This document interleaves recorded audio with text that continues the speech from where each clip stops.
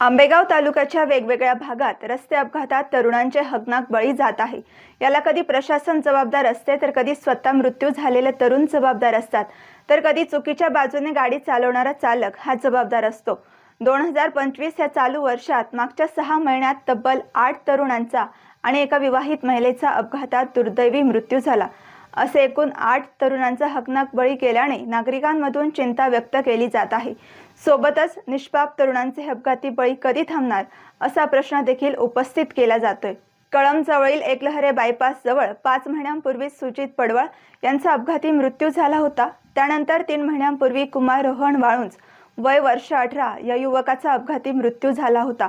त्यानंतर याच बायपासवर 1 महिन्यापूर्वी दुचाकी आणि ट्रॅव्हलर मध्ये झालेल्या भीषण अपघातात माळुंगे पडवळ येथील विवाहित रुपाली पडवळ वय वर्ष 30 आणि कुमार अक्षय पडवळ वय वर्ष 25 या दीर भाऊजाईचा अपघातात करुण अंत झाला। आजपासून मागे 12 दिवसांपूर्वी मंचर येथील कुमार अभिजित मोरडे या तरुणाचा घोडेगाव भीमाशंकर रस्त्यावर अपघातात मृत्यू झाला। ही घटना ताजी असतानाच दिनांक 15 जुलै रोजी दुपारी 3 वाजण्याच्या सुमारास उत्तर प्रदेशच्या भाविकांना भीमाशंकरच्या दिशेने घेऊन जाणाऱ्या ट्रॅव्हल बस आणि मंचरच्या दिशेने जाणाऱ्या स्कूटीचा अपघात झाला।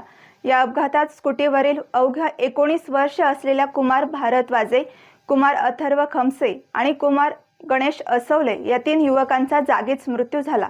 या सर्व अपघातानंतर हे आंबेगाव तालुक्यातील रस्ते अपघात कधी थांबणार असा प्रश्न उपस्थित केला जातोय। LDTV मराठीच्या वतीने सर्वच वाहन चालकांना विनंती असेल, वाहन हे दुचाकी असो की चारचाकी असो, वाहन चालवत असताना वाहतुकीच्या नियमांचे काटेकोरपणे पालन करा। अतिघाई करून आपले आयुष्य धोक्यात घालू नका। कामावरून आपण घरी जात असताना आपल्या आईबापाचे, भावाचे, आपल्या पत्नीचे आणि आपल्या मुलांचे डोळे आपल्या वाटेकडे लागलेले असतात। तुम्ही कधी घरी पोहोचता याची उत्सुकता घरच्यांच्या मनात असते। त्यामुळे ऑफिसला जाताना, कामावर जाताना किंवा कामावरून पुन्हा घरी परतत असताना उशीर झाला तरी चालेल, परंतु अति वेगाने वाहन चालवून किंवा वाहतुकीचे नियम ओलांडून वाहने चालू नका। आपली आणि आपल्या कुटुंबाची काळजी घ्या। हेच LDTV मराठीचे आपल्याला आवाहन। धन्यवाद।